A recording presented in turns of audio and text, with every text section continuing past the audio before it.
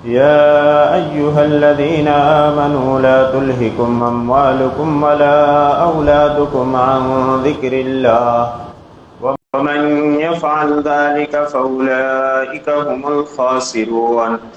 وأنفقوا مما رزقناكم من قبل أن يأتي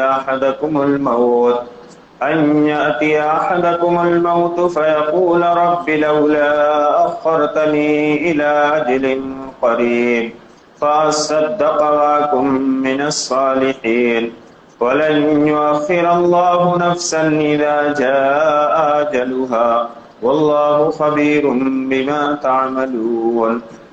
صدق اللہ العظیم۔ تلاوت کردہ آیتیں قرآن کریم کے 28ویں پارے سورہ منافقون کی آیتیں ہیں، اور اس سورت کا یہ دوسرا رکوع ہے،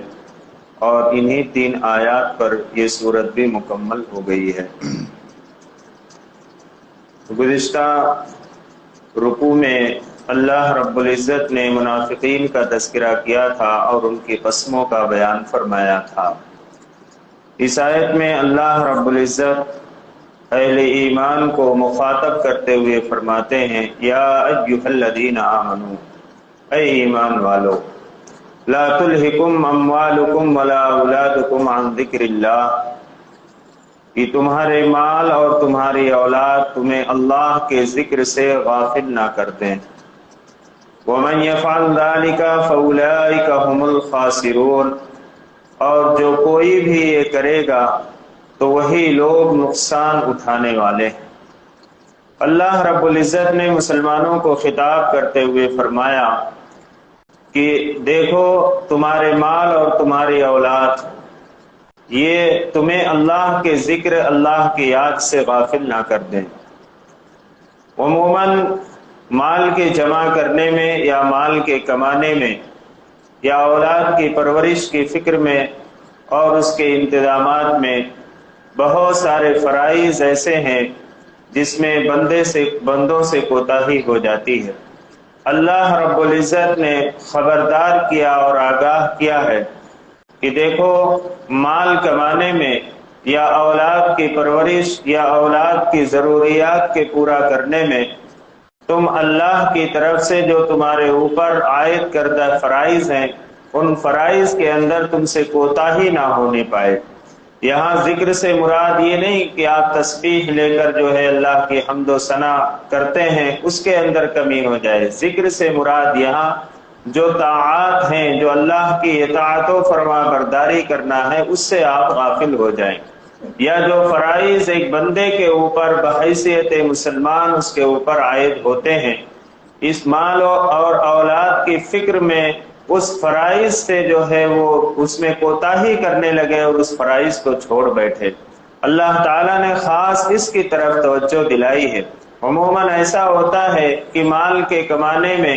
اور اولاد کی پرورش اور ان کی ضروریات کے پورا کرنے میں بہت ساری عبادتیں اور بہت سارے احکام ایسے ہیں جس میں بندوں سے کوتاہی ہو جاتی ہے۔ دنیا کمانا اور دنیا کی ضروریات کے لیے محنت کرنا خود اللہ رب العزت نے اس کا حکم دیا ہے۔ قرآن کریم میں سورہ جمعہ کے اندر وہ آیت آ چکی ہے، فَإِذَا قُضِيَتِ الصَّلَاةُ فَانتَشِرُوا فِي الْأَرْضِ وَابْتَغُوا مِنْ فَضْلِ اللَّهِ، کہ جب جمعہ کی نماز ختم ہو جائے تو تم زمین میں پھیل جاؤ اور اللہ کے فضل کو تلاش کرو۔ اللہ کے فضل سے مراد یہ ہے کہ اپنی ضروریات زندگی کے لیے جو چیزیں چاہیے اس کی فکر میں اور اس کی تلاش میں اور اس کی کوشش اور محنت کے اندر لگ جاؤ۔ تو یہ تو اللہ تعالیٰ کی طرف سے حکم ہے کہ دنیا کی ضروریات کے لیے آدمی محنت کرے، کوشش کرے، لیکن ان ضروریات کے پورا کرنے میں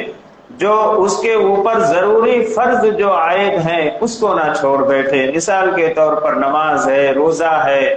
یا دوسرے زکوٰۃ ہے یا حج ہے، کہ مال کو جمع کر کے رکھنے کی صورت میں حج نہ کرے کہ حج کریں گے تو مال خرچ ہو جائے گا۔ مال کو جمع کر کے رکھتا ہے، زکوٰۃ نہیں دیتا ہے کہ زکوٰۃ دینے سے مال کے اندر کمی ہو جائے گی، اور محنت اور مزدوری کی وجہ سے روزہ چھوڑ دیتا ہے اور دنیا کمانے کے لیے کہ بہت کام رہتا ہے، بہت محنت اٹھانی پڑتی ہے، بہت مشقت اور بہت تکلیف اٹھانی پڑتی ہے، روزہ چھوڑ دیتا ہے، اللہ رب العزت فرماتے ہیں کہ دیکھو یہ چیزیں تمہیں اللہ کے ذکر سے غافل نہ کر دیں۔ وَمَن يَفْعَلْ ذَلِكَ، اور جو کوئی بھی یہ کرے گا، یعنی اس دنیا کمانے میں اور اس کی ضروریات میں لگ کر جو دین کے ضروری فرائض ہیں ان کو اگر چھوڑ بیٹھے گا تو اللہ تعالیٰ فرماتے ہیں وہی لوگ نقصان اٹھانے والے ہیں، وہی خسارے والے ہیں۔ وَأَنفِقُوا مِمَّا رَزَقْنَاكُم مِّن قَبْلِ أَن يَأْتِيَ أَحَدَكُمُ الْمَوْتُ، اللہ رب العزت فرماتے ہیں کہ جو مال ہم نے تمہیں دیا ہے، وَأَنفِقُوا، اس میں سے خرچ کرو، مِن قَبْلِ أَن يَأْتِيَ أَحَدَكُمُ الْمَوْتُ، اس سے پہلے کہ موت تمہارے پاس آ جائے، یعنی موت سے پہلے پہلے جو مال ہم نے دیا ہے اس میں سے اللہ کے راستے میں خرچ کرے۔ اللہ تعالیٰ نے یہ فرمایا جو مال ہم نے دیا ہے، یعنی بندہ یہ مت سوچے کہ یہ میری محنت کی وجہ سے ہوا ہے، میری کوششوں کی وجہ سے اور میرے عقل اور میرے فن کے استعمال کی وجہ سے ہوا ہے، نہیں، اللہ رب العزت کا یہ عطا کردہ فضل ہے اور اللہ رب العزت کی طرف سے عطا کردہ یہ نعمت ہے۔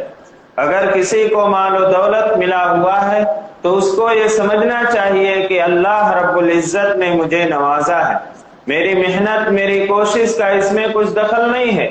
بہت سارے لوگ ایسے ہیں جو دنیا میں محنت کرتے ہیں، بہت محنت کرتے ہیں، لیکن ان کی ضروریات زندگی ہی پوری ہوتی ہے، اس سے زیادہ ان کے پاس کچھ جمع نہیں ہو پاتا ہے۔ اور بہت ایسے لوگ ہیں جو کم محنت کرتے ہیں لیکن اللہ رب العزت انہیں بہت نواز دیتا ہے۔ تو یہ اللہ رب العزت کا فضل ہے، اللہ تعالیٰ جسے عطا فرما دے۔ تو اللہ تعالیٰ فرماتے ہیں جو رزق ہم نے تمہیں دیا ہے، یعنی بندہ یہ نہ سوچے کہ یہ میری محنت اور میری کوشش اور میری فکروں سے یہ مجھے حاصل ہوا ہے، بس یہ سمجھے کہ اللہ رب العزت نے اپنی طرف سے عطا کر دیا ہے۔ اللہ تعالیٰ فرماتے ہیں اس میں سے اللہ کے راستے میں خرچ کرو، اور خرچ کرنا کب ہے کہ اس کی موت سے پہلے، یعنی بندہ جب موت کا جب وقت قریب آ جائے اس سے پہلے پہلے اپنے مال کو خرچ کرے۔ جناب محمد رسول اللہ صلی اللہ علیہ وسلم نے ایک مرتبہ ارشاد فرمایا کہ بہترین صدقہ اور اللہ کے راستے میں خرچ کرنے کا بہترین موقع وہ ہے کہ آدمی صحت مند ہو، تندرست ہو اور اس کو اس مال کی ضرورت ہو، یعنی خود اس مال کی ضرورت ہے لیکن اس کے باوجود بھی وہ اللہ کے راستے میں خرچ کرتا ہے۔ یہ صدقہ کرنا، یہ خرچ کرنا بہترین صدقہ اور افضل ترین صدقہ ہے کہ اس مال کی اسے خود ضرورت ہے اور آدمی صحت مند ہے، تندرست ہے، اس وقت خرچ کرتا ہے۔ ایسا نہ ہو کہ جب جان حلق کو آ جائے اور اس وقت وہ کہے کہ یہ فلاں مال فلاں کو دے دینا، یہ فلاں مال فلاں مسجد میں دے دینا، فلاں مدرسے کو دے دینا۔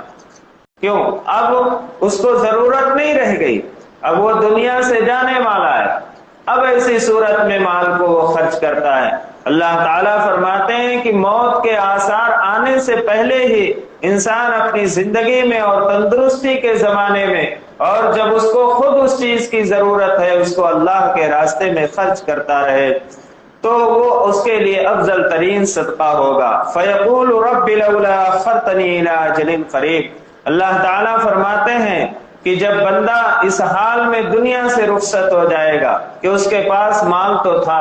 لیکن اس نے خرچ نہیں کیا، اس کے اوپر زکوٰۃ واجب تھی اس نے زکوٰۃ ادا نہیں کی، اس کے اوپر حج فرض ہو گیا تھا اس نے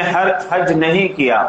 اب جب یہ اس کو موت کے آغوش میں پہنچ جائے گا پھر وہ تمنا کرے گا فَيَقُولُ رَبِّ لَوْلَا أَخَّرْتَنِي، تو وہ کہے گا اے میرے پروردگار اگر تم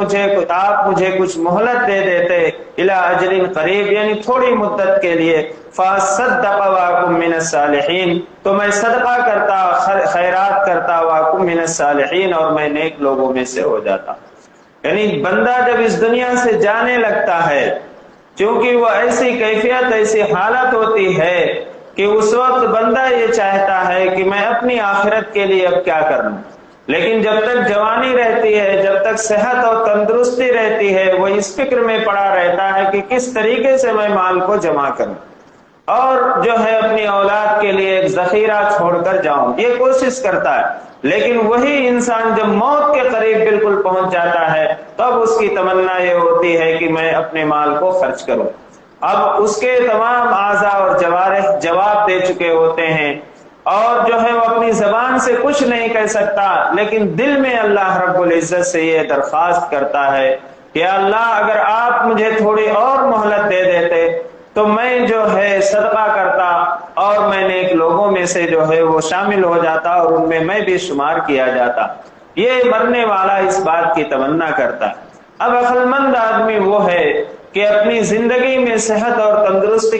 کی حالت میں جو فرائض اس کے اوپر عائد ہوتے ہیں، جیسے زکوٰۃ اگر فرض ہے تو اس کو امانت داری کے ساتھ پورا حساب کر کے زکوٰۃ کو ادا کرے، اور اگر اس کے اوپر حج فرض ہو گیا ہے اور اس کے پاس طاقت اور قوت ہے کہ وہ بیت اللہ تک جا سکے اور حج کر سکے، تو وہ اپنی زندگی میں اور اپنی صحت کی زندگی میں جو ہے حج جو فرض ہو چکا ہے اس کو ادا کر لے۔ یہ اس کے لیے عقل مندی کی بات ہے، ورنہ پھر وہی تمنا کرے گا کہ اے کاش مجھے تھوڑا سا وقت اور مہلت مل جاتی تو میں اپنے مال کو خرچ کرتا اور میں بھی نیک لوگوں میں شامل ہو جاتا۔ وَلَن يُؤَخِّرَ اللَّهُ نَفْسًا إِذَا جَاءَ أَجَلُهَا، جب بندہ ایسی تمنا کرے گا اور اللہ تعالیٰ سے درخواست کرے گا تو اللہ تعالیٰ فرماتے ہیں وَلَن يُؤَخِّرَ اللَّهُ نَفْسًا إِذَا جَاءَ أَجَلُهَا، جب کسی بندے کی موت کا وقت آ چکا تو پھر اللہ تعالیٰ اس میں ذرا بھی تاخیر نہیں کریں گے، یعنی اس کو ذرا دیر کے لیے بھی ٹالا نہیں جائے گا۔ جو وقت اللہ تعالیٰ کی طرف سے مقرر کردہ ہے اس کی موت کا، اس وقت پر موت آ کر رہے گی، اسے کوئی مہلت نہیں ملے گی۔ اس لیے جو مہلت ملی ہوئی ہے انسان کو اس کو غنیمت سمجھنا چاہیے اور اس کی قدر کرنی چاہیے، اور جو مال اللہ رب العزت نے عطا فرمایا ہے اس مال کو خرچ کرنا چاہیے۔ جو اس کے اوپر ضروری فرائض جو واجب ہیں وہ تو کرنا ہی کرنا ہے، اس کے علاوہ بھی اللہ کے راستے میں مال کو خرچ کرنا چاہیے۔ واللہ خبیر بما تعملون، اور اللہ تعالی جو تم کرتے ہو اس سے پوری طرح باخبر ہے۔ بندہ کیا کرتا ہے اور بندے کا عمل کیا ہے، اللہ رب العزت اس سے پوری طرح سے واقف۔ کسی بندے کا حال اللہ تعالیٰ سے پوشیدہ نہیں ہے۔ بندہ کتنی بھی تنہائی میں جو بھی کر رہا ہے اللہ رب العزت اسے دیکھ رہے ہیں، اللہ تعالیٰ کے پاس اس کا عمل وہ محفوظ ہے،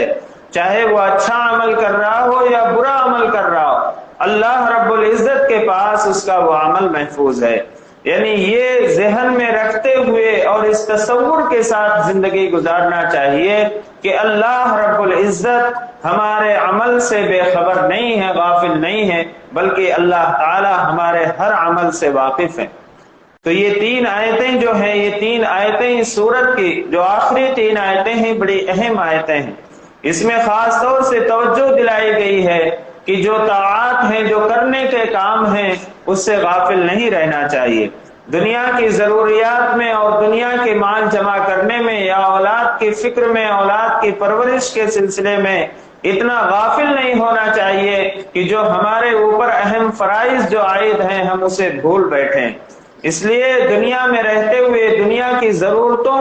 کو پورا کرنے کے لیے محنت اور مشقت اٹھانا اور تکلیفیں برداشت کرنا، لیکن جو ضروری فرائض ہیں جیسے نماز ہے، عام طور پر جو ہے کاروبار کے سلسلے میں یا محنت اور مزدوری کے سلسلے میں نمازیں ضائع ہو جاتی ہیں۔ یہ ضائع کر دینا ہمارے لیے کچھ اچھا نہیں ہے، کیونکہ اللہ تعالیٰ نے فرمایا وَمَن يَفْعَلْ ذَلِكَ، جو کوئی بھی ایسا کرے گا أُولَٰئِكَ هُمُ الْخَاسِرُونَ، وہ نقصان اٹھانے والا ہوگا۔ اگر ہم نماز چھوڑ کر اپنا کاروبار کریں گے، تجارت کریں گے یا جو ہے اپنی جو ملازمت کریں گے، یقین جانیے اس ملازمت میں، اس تجارت میں برکت نہیں ہوگی۔ وقتی طور پر ہم کما لیں لیکن وہ پیسہ ہمارے صحیح استعمال میں نہیں آئے گا، یعنی اس سے ہم دنیا اور آخرت کی کچھ ترقی نہیں کر سکتے ہیں۔ جس میں اللہ کے حکموں کو ضائع کر کے جو ہے جو مال کمایا گیا ہو اس میں کوئی خیر نہیں ہے۔ یعنی یہ اہل ایمان کے لیے ہے، مومنوں کے لیے۔ ہاں جو غیر ہیں، جو اللہ پر ایمان نہیں رکھتے ہیں اور جو مومن نہیں ہیں، جو کفر کی زندگی گزارتے ہیں، اللہ رب العزت ان کو تو نوازتا ہے، ان کو دیتا ہے۔ اس کی وجہ یہ ہے کہ انہیں جو کچھ ملنا ہے اس دنیا میں ملنا ہے، آخرت میں ان کو کچھ نہیں ملے گا۔ لیکن اہل ایمان کے ساتھ کچھ پابندیاں ہیں۔ اس پابندی کی وجہ یہ ہے کہ اس کی وجہ سے اللہ رب العزت آخرت میں بے شمار نعمتیں عطا فرمائیں گے۔ ان نعمتوں کے سامنے دنیا کی بڑی سی بڑی نعمت کوئی معنی نہیں رکھے گی، ایسی نعمتیں اللہ تعالی جنت میں عطا فرمائیں گے۔ تو اللہ رب العزت کے حکم کو پورا کرتے ہوئے اور جو ہمارے اوپر ضروری فرائض ہیں اس کو ہم پورا کرتے ہوئے اگر ہم مال و دولت کو کمائیں، اپنی اولاد کی پرورش کے لیے کوشش کریں تو یہ کوئی برا نہیں ہے، بلکہ اس کی تعریف کی گئی ہے۔ جناب محمد رسول اللہ صلی اللہ علیہ وسلم نے اس کے بارے میں تعریفی جملے فرمائے ہیں۔ اور اسی کے ساتھ ساتھ اللہ تعالیٰ نے حکم دیا کہ جو مال ہم نے تم کو دیا ہے اس میں سے خرچ کرنا۔ اس میں سے خرچ کرنے کی ایک صورت ہوتی ہے زکوٰۃ، اور زکوٰۃ جو ہے وہ 2.5% جو ہے وہ نکالی جاتی ہے۔ یعنی اگر کوئی شخص صاحب نصاب ہو، صاحب نصاب اسے کہا جاتا ہے کہ جس کے پاس 7.5 تولہ سونا یا 52.5 تولہ چاندی یا اس کی قیمت کے بقدر اس کے پاس نقد روپیہ ہو تو وہ شخص صاحب نصاب ہو جاتا ہے۔ اس میں مسئلہ تھوڑا سا یہ آتا ہے کہ ہم لوگ یہ سمجھتے ہیں کہ اگر مکمل 7.5 تولہ سونا ہے تبھی جو ہے ہم صاحب نصاب ہوں گے، یعنی اگر 7.5 تولہ سونا سے کم ہے تو ہم صاحب نصاب نہیں ہوں گے۔ ہاں یہ بات صحیح ہے کہ اگر کسی کے پاس صرف سونا ہے، نہ اس کے پاس چاندی ہے نہ اس کے پاس نقد روپیہ ہے، تو یہ تو ہے کہ اس کو 7.5 تولہ سونا ہونا مکمل ہے۔ اگر 7.5 تولہ سونا ہوگا تو ہی اس کے اوپر زکوٰۃ جو ہے واجب ہوگی۔ لیکن اگر کسی کے پاس 7.5 تولہ سونا سے کم ہے، 1 تولہ یا 2 تولہ سونا ہے، لیکن اسی کے ساتھ ساتھ اس کے پاس 2-4 تولے یا 1 تولہ چاندی ہے، اب دونوں کو ملائیں گے ہم سونے اور چاندی کی قیمت کو۔ جب سونے اور چاندی کی قیمت کو ہم ملائیں گے تو یہ چاندی کے نصاب کو یہ قیمت پہنچ جائے گی، کیونکہ سونا بہت مہنگا ہے، تقریباً 50,000 روپے تولہ ہے سونا، اور چاندی کا جو نصاب بنتا ہے وہ زیادہ سے زیادہ 25,000 سے 28,000 روپے بنتے ہیں۔ یعنی جب سونا اور چاندی دونوں ہوں تو سونا اگر 1 یا 2 تولہ ہے، 1 ہی تولہ سونا ہے اور 1 ہی تولہ چاندی ہے تو وہ بھی نصاب کو پہنچ جاتا ہے، تو اب اس کے اوپر زکوٰۃ واجب ہو جائے گی۔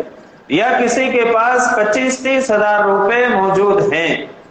یعنی گزشتہ سال جیسے رمضان میں اس کے پاس 25-30 ہزار روپے موجود تھے، اور پھر اب رمضان آیا، 1 سال مکمل ہو گیا، اب اس کے پاس ابھی 25-30 ہزار روپے موجود ہیں اس وقت، تو اتنی 25-30 ہزار روپے کی جو بھی زکوٰۃ بنتی ہے اس کو نکالنا ہے۔ ہاں اگر کوئی شخص ایسا ہے کہ اس کے پاس ہے تو 25-30 ہزار روپے، لیکن 50 ہزار روپے وہ قرض دار ہے، مقروض ہے، تو اب اس کے اوپر زکوٰۃ نہیں ہے۔ تو زکوٰۃ کے سلسلے میں ایک نصاب مقرر کیا گیا ہے کہ زکوٰۃ جو ہے وہ 7.5 تولہ سونا یا 52.5 تولہ چاندی، ایک نصاب، ایک پیمانہ مقرر کیا گیا ہے۔ لیکن اگر دونوں چیزیں کسی کے پاس ہو، یا ایک تیسری چیز، کسی کے پاس سونا ہے 1 تولہ اور اس کے پاس 10-20 ہزار روپے نقد بھی رکھے ہوئے ہیں، چاہے وہ بینک میں رکھے ہوں یا چاہے گھر میں رکھے ہوں، اب دونوں کو جب ہم ملائیں گے تو یہ چاندی کے نصاب کو پہنچ جائے گا۔ اب یہ صاحب نصاب ہو گیا، اس کے اوپر زکوٰۃ واجب ہو گئی، جو مال ہے اس پر زکوٰۃ ادا کرے۔ ہاں یہ ہے کہ شریعت میں صرف جو استعمال میں آنے والی چیزیں ہیں وہ ان استعمالی چیزوں میں صرف سونے اور چاندی کے اوپر ہی زکوٰۃ ہے۔ آج اس زمانے میں کئی سالوں سے تقریباً یہ بات بہت تیزی سے پھیلائی جا رہی ہے کہ جو استعمالی چیزیں ہیں، جو ہمارے استعمال میں آتی ہیں، اس پر زکوٰۃ نہیں ہے، اور اسی کو سونے اور چاندی کو بھی اسی میں لیتے ہیں، اور یہ کہتے ہیں کہ جو سونا اور چاندی استعمال میں آ رہا ہے، عورتیں اس کو پہنتی رہتی ہیں وقتاً فوقتاً، تو اب اس کے اوپر زکوٰۃ نہیں ہے۔ ہاں جو سونا لاکر میں رکھا ہے یا کسی جگہ زمین میں گاڑ کے رکھا گیا ہے، اس کو محفوظ کر دیا گیا ہے، اس کے اوپر زکوٰۃ ہے، جبکہ یہ بات بالکل غلط ہے۔ کئی روایتیں موجود ہیں، حضرت اسماء رضی اللہ عنہا فرماتی ہیں کہ میں اپنی خالہ کے ساتھ حضور اکرم صلی اللہ علیہ وسلم کی خدمت میں حاضر ہوئی، میرے ہاتھوں میں سونے کے کنگن تھے، حضور اکرم صلی اللہ علیہ وسلم نے فرمایا کہ اسماء تم اس کی زکوٰۃ ادا کرتے ہو؟ انہوں نے کہا کہ نہیں، میں نے اس کی زکوٰۃ ادا نہیں کی۔ تو حضور اکرم صلی اللہ علیہ وسلم نے فرمایا کیا تم یہ پسند کرتی ہو کہ کل قیامت کے دن اللہ رب العزت جو ہے تمہیں جو ہے آگ کے کنگن پہنائے؟ یعنی اگر تم زکوٰۃ ادا نہیں کرو گے تو جو ہے آگ کے کنگن پہنائے جائیں گے قیامت کے دن۔ ظاہر سی بات ہے، حضرت اسماء رضی اللہ عنہا نے اس سونے کو پہنا تھا، ان کے ہاتھوں میں تھا، وہ استعمالی زیور تھا۔ یہ حدیث بہت بڑی بنیاد ہے اور دلیل ہے کہ استعمالی چیزوں میں صرف سونے اور چاندی کے اوپر ہی زکوٰۃ ہے، اور استعمالی چیزوں میں کسی چیز کے اوپر زکوٰۃ نہیں۔ آپ کے پاس کروڑوں روپے کی کاریں ہیں لیکن ان کاروں کے اوپر زکوٰۃ نہیں۔ آپ کا لگژری فلیٹ اور بنگلہ ہے جو کروڑ روپے کا ہے، اس رہائشی بنگلے اور اس رہائشی فلیٹ کے اوپر زکوٰۃ نہیں ہے۔ استعمالی چیزوں میں صرف سونے اور چاندی کے اوپر ہی زکوٰۃ ہے۔ لہذا جن عورتوں کے پاس، خواتین کے پاس سونے اور چاندی ہیں، ان کو زکوٰۃ ادا کرنا چاہیے اگر وہ نصاب کو پہنچتا ہے۔ ایک مسئلہ یہ آتا ہے کہ عورت کے پاس تو سونے اور چاندی کے زیور رہتے ہیں اور عورت صاحب نصاب بھی ہوتی ہے، لیکن شوہر جو ہے وہ مقروض ہوتا ہے۔ مثال کے طور پر کسی عورت کے پاس 10 لاکھ روپے کا زیور ہے لیکن شوہر کا 12 لاکھ روپے کا قرضہ ہے۔ اب شوہر یہ کہتا ہے اور عورت بھی کہتی ہے کہ اس پر زکوٰۃ نہیں ہے، اس لیے کہ قرضہ ہے ہمارا 12 لاکھ روپے اور جو ہمارے پاس سونا اور چاندی ہے تو 10 لاکھ کا ہے۔ یہ بالکل کہنا غلط ہے، اس لیے کہ اس میں ملکیت دونوں کی الگ الگ ہے۔ جو زیور ہے اس کی مالک عورت ہے اور جو قرضہ ہے اس کا ذمہ دار شوہر ہے، لہذا شوہر اپنے قرض کو ادا کرے اور بیوی جو ہے اپنے اوپر جو زکوٰۃ ہے، اس زکوٰۃ جو فرض ہے اس کو ادا کرے۔ لہذا اس سونے اور چاندی کے اوپر جو نصاب کو پہنچ گیا ہے اس کی زکوٰۃ دینا ہے۔ شوہر کے قرضے کے تعلق سے بیوی کا اس سے کوئی تعلق نہیں ہے، بلکہ اس زکوٰۃ کی رقم اسے ادا کرنا ہے۔ اب مسئلہ یہ آتا ہے کہ شوہر جو ہے بیوی کو زکوٰۃ دے سکتا ہے یا بیوی جو ہے شوہر کو زکوٰۃ دے سکتی ہے؟ تو مسئلہ یہ ہے کہ نہ بیوی جو ہے شوہر کو زکوٰۃ دے سکتی ہے اور نہ شوہر جو ہے وہ بیوی کو زکوٰۃ دے سکتا ہے۔ اگر ایسا کریں گے تو اس سے زکوٰۃ ادا نہیں ہوگی، کیونکہ ہیلے اور بہانے بہت ڈھونڈتے ہیں۔ جب یہ دیکھتے ہیں کہ میرا شوہر مقروض ہے تو بیوی یہ کہتی ہے کہ میں دوسرے کو زکوٰۃ دینا کیوں دوں، میں یہی زکوٰۃ جو ہے اپنے شوہر کو دے دیتی ہوں۔ تو اس طرح سے زکوٰۃ دینے سے زکوٰۃ ادا نہیں ہوگی۔ ہاں کوئی بھائی بہن ہے تو بھائی بہن ایک دوسرے کو زکوٰۃ دے سکتے اور اپنی اولاد کو زکوٰۃ نہیں دے سکتے، بیٹے کو نہیں دے سکتے، نہ پوتے اور پوتروں کو دے سکتے ہیں، اسی طریقے سے بیٹی کو بھی زکوٰۃ نہیں دے سکتے جو ہے البتہ داماد کو زکوٰۃ دے سکتے ہیں۔ یعنی اگر داماد غریب ہے اور زکوٰۃ کا مستحق ہے تو داماد کو زکوٰۃ دے سکتے ہیں، لیکن بیٹا اگر غریب ہے اور بیٹی اگر غریب ہے زکوٰۃ کی مستحق ہے تو بیٹی کو زکوٰۃ نہیں دے سکتے، داماد کو دے سکتے ہیں۔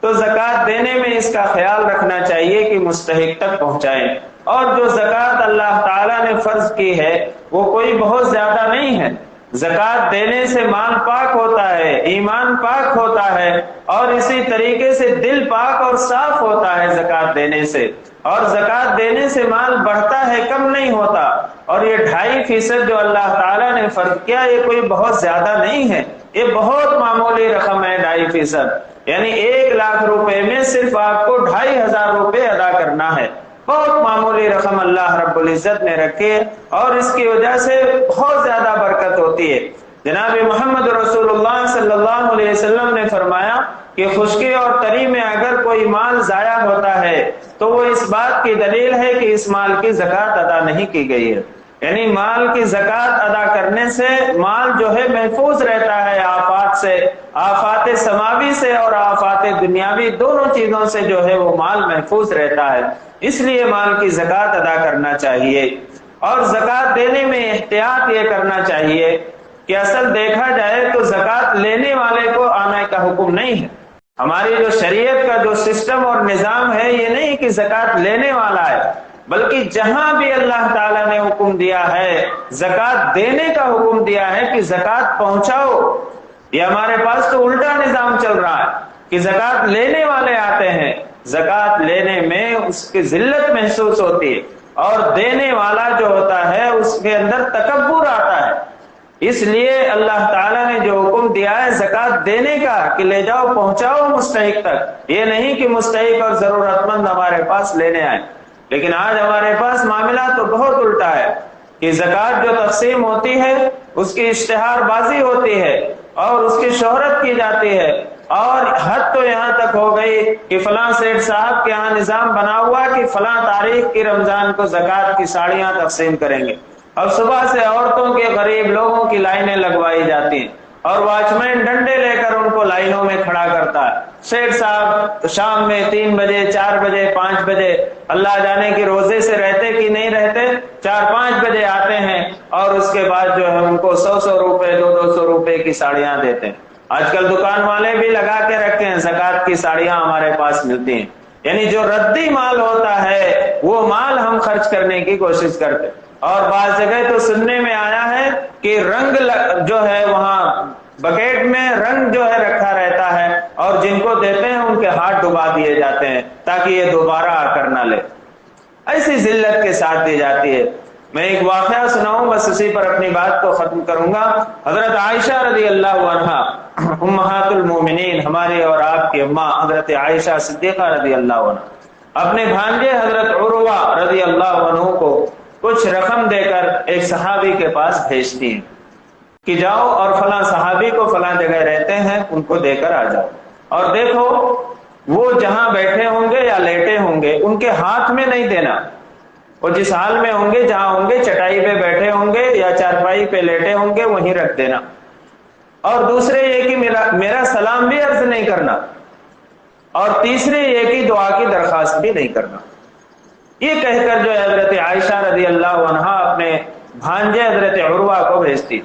وہ جاتے ہیں اور وہ صاحب کے پاس پہنچتے ہیں، اور وہاں جو ہے وہ مال جو انہوں نے دیا تھا سونے اور چاندی کی جو تھے وہ وہاں رکھ کر چلے آتے ہیں۔ جب واپس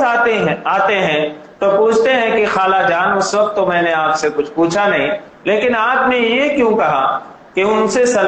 میرا سلام بھی نہیں کہنا اور ان سے دعا کی درخواست بھی نہیں کرنا اور ان کے ہاتھ بھی نہیں دینا؟ تو حضرت عائشہ رضی اللہ عنہا فرماتے کہ اگر میں سلام کہلواتی تو اس کا جواب دیتے، اور اس جواب دینے میں یہ ہوتا کہ انہوں جو ہے اس کے بدلے میں مجھے کچھ دے رہے ہیں، اور اگر میں دعا کی درخواست کرتی تو ظاہر سی بات ہے یہ بھی ہوتا کہ میں اس کے بدلے میں ان سے کچھ لینا چاہ رہی ہوں۔ اور تیسری بات جو میں نے کہی کہ جہاں وہ جس حال میں ہوں گے وہاں رکھ کے چلے آنا، ان کے ہاتھ میں نہیں دینا، اس لیے کہ جب تم ہاتھ میں دیتے تو ان کا ہاتھ نیچے ہوتا اور تمہارا ہاتھ اوپر ہوتا، اور وہ ذلت محسوس کرتے اور ان کے دل سے آہ نکلتی کہ یا اللہ کب تک میرا ہاتھ نیچے رہے گا، اور تمہارے اندر یہ تکبر آ جاتا کہ میرا ہاتھ اوپر ہے۔ اس لیے میں نے ان باتوں کی ہدایت کی تھی۔ سوچئے کہ حضرت عائشہ رضی اللہ عنہا کی تعلیمات کیا ہیں، اور ہم کس طریقے سے ذلیل کر کے لوگوں کو اپنی زکوٰۃ دیتے ہیں، گھروں کے باہر لائن لگوا دیتے ہیں، اور اس کی جو ہے شہرت ہوتی ہے، اور اس کو غلے کی شکل میں یا کپڑوں کی شکل میں ہم اسے تقسیم کرتے ہیں، اور گھر کے اندر بوریاں منگا کے رکھی جاتی ہیں، اور آنے جانے والے رشتہ دار عزیز و اقارب دیکھتے ہیں اور یہ کہتے ہیں، سوچتے ہوں گے دل میں کہ ہاں فلاں صاحب جو اتنی بوریاں جو ہے اور اتنے جو ہے پیکیجز جو ہے زکوٰۃ کی تقسیم کر رہے ہیں۔ یہ سب کیا ہے؟ یہ سب ریا ہے اور دکھاوا ہے۔ اللہ تعالیٰ نے قرآن کریم کے اندر فرمایا وَلَا تُبْطِلُوا صَدَقَاتِكُمْ بِالْمَنِّ وَالْأَذَىٰ، کہ اپنے صدقات کو تکلیف پہنچا کر اور ریاکاری کے ذریعے سے احسان جتلا کر اپنے صدقات کو ضائع مت کرو۔ اور اللہ تعالیٰ نے مثال دی ہے اس کی کہ اس کی مثال ایسی ہے کہ جیسے ایک پتھر ہے جو بالکل صاف ہے اور اس پر بارش گرتی ہے، اور جب بارش گرتی ہے تو تھوڑی بہت جو دھول جمع رہتی ہے وہ دھول جو ہے صاف ہو جاتی ہے، اور اس کے بعد وہ پتھر، پانی وہاں پہ کچھ رکتا نہیں ہے، ٹھہرتا نہیں، وہ پتھر پھر ویسے ہی چکنا ہو جاتا ہے۔ ایسے ہی اگر کوئی شخص مال کو خرچ کر کے احسان جتلاتا ہے تو وہ گویا اپنی نیکی کو ضائع کر رہا ہے، برباد کر رہا ہے، اس کے نامہ اعمال میں کچھ بھی جمع نہیں ہو رہا ہے۔ جیسے پتھر پر جب بارش پڑتی ہے تو وہ پانی جو ہے بالکل نیچے اتر جاتا ہے، اس پر کچھ جمع نہیں ہوتا، وہ پتھر کو جذب نہیں کرتا، یہی حال جو ہے مال خرچ کر کے احسان جتلانے کی ہے۔ اس لیے جو بھی مال خرچ کریں وہ اللہ کی رضا اور خوشنودی کے لیے مال خرچ کریں، دکھاوے کے لیے نہ کریں، اور لوگوں کو ذلیل کر کے مال کو نہ دیں، بلکہ عزت کے ساتھ، احترام کے ساتھ، اور بلکہ احسان سمجھیں کہ جو ہے یہ قبول کر رہے ہیں اور اللہ رب العزت کی بارگاہ میں بھی یہ مال قبول ہو جائے۔ تو زکوٰۃ جن کے اوپر فرض ہے وہ زکوٰۃ کو اپنی ذمہ داری کے ساتھ ادا کریں، اس میں کوتاہی نہ کریں، اور یہ زکوٰۃ جو ہے یہ جو فقراء ہیں، جو مساکین ہیں، جو غریب لوگ ہیں ان کو دیں۔ اللہ تعالیٰ نے فرمایا وَفِي أَمْوَالِهِمْ حَقٌّ لِلسَّائِلِ وَالْمَحْرُومِ کہ لوگوں تمہارے مالوں میں لوگوں کا حق ہے جو سوال کرنے والے ہیں اور جو سوال کرنے والے نہیں ہیں۔ سائل ایک تو سوال کرنے والے ہوتے ہیں جو اپنی ضرورت کو آپ کے سامنے اس کا اظہار کر دیتے ہیں کہ میں مجبور ہوں، میں ضرورت مند ہوں، میں غریب ہوں، جیسے مانگنے والے لوگ ہوتے ہیں یا اعلان کرتے ہیں، اپنی ضروریات کو بتلاتے ہیں، ایسے سوال کرنے والے ہوتے ہیں۔ دوسرے یہ ہوتے ہیں کہ وہ لوگ بھی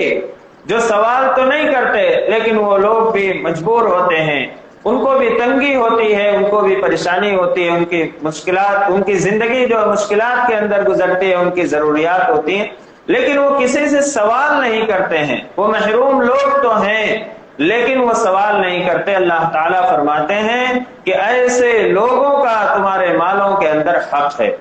اور یہاں جو فرمایا یہ حق فرمایا، یعنی حق ہے، اور حق لینا، اگر کوئی حق لیتا ہے یا آپ کسی کے حق کو دیتے ہیں تو آپ کوئی احسان نہیں کر رہے ہیں۔ اس لیے اگر کوئی زکوٰۃ دیتا ہے تو یہ مت سمجھے کہ میں احسان کر رہا ہوں۔ اللہ تعالیٰ نے فرما دیا حق للسائل والمحروم، یہ حق ہے، اور تم اگر زکوٰۃ ادا کرتے ہو تو تم اپنے حق سے سبکدوش ہو رہے ہو، کوئی احسان نہیں کر رہے۔ اس لیے اگر کوئی زکوٰۃ ادا کرتا ہے تو یہ مت سمجھے کہ میں احسان کر رہا ہوں، بلکہ ایک حق تھا اور ایک ذمہ داری تھی، میں اس ذمہ داری سے سبکدوش ہو رہا ہوں۔ اللہ رب العزت سے دعا ہے اللہ تعالیٰ ہم سب کو عمل کی توفیق عطا فرمائے۔ آمین وآخر دعوانا الحمدللہ رب العالمین۔ الحمدللہ رب العالمین والصلاة والسلام علی سید الانبیاء والمرسلین محمد وعلی آلہ واصحابہ اجمعین۔ یا حی یا قیوم یا ودود یا ذو العرش المجید یا فعال لما یرید، یا ارحم الراحمین، آپ رب العالمین ہیں، سارے جہان کے پالنے والے ہیں، آپ رحمان ہیں، بڑی بڑی خطاؤں کو معاف فرمانے والے ہیں، آپ رحیم ہیں، بار بار معاف فرمانے والے ہیں،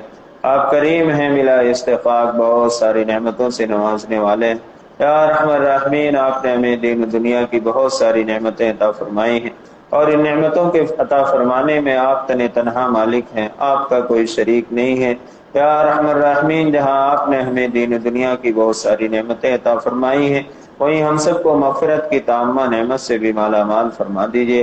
یا ارحم الراحمین، رمضان المبارک کا بابرکت مہینہ عالم کے اندر دائر ہے، یا ارحم الراحمین اس مہینے کی قدر دانی کی ہم سب کو توفیق عطا فرما دیجیے۔ یا ارحم الراحمین اس مبارک مہینے کا پہلا عشرہ گزر چکا، یا ارحم الراحمین دوسرا عشرہ چل رہا ہے جو مغفرت کا عشرہ ہے، یا ارحم الراحمین ہم سب کی مغفرت فرما دیجیے۔ یا ارحم الراحمین اس مبارک عشرے کے اندر سارے امت مسلمہ کی مغفرت فرما دیجیے۔ یا ارحم الراحمین جو باحیات ہیں ان کی بھی مغفرت فرما دیجیے، اور جو اس دنیا سے رخصت ہو گئے یا ارحم الراحمین ان سب کی بھی مغفرت فرما دیجیے۔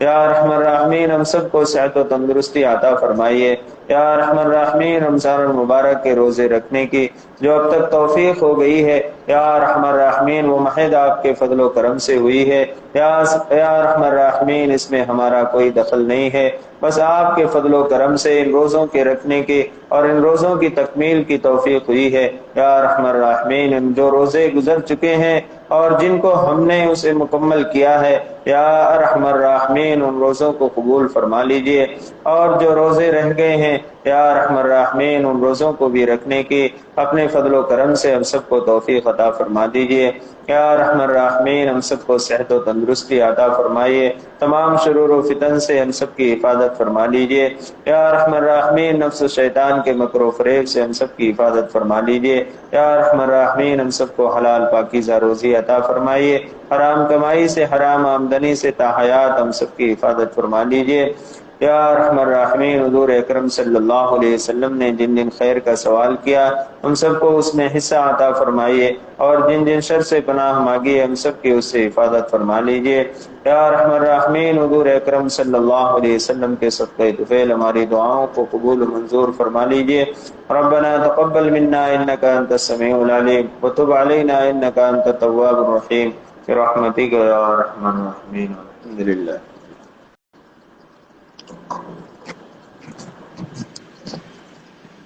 السلام علیکم حضرات، درس قرآن انشاءاللہ آپ کو یوٹیوب چینل پہ مل جائے گا۔ چینل کا نام ہے HYD درس قرآن۔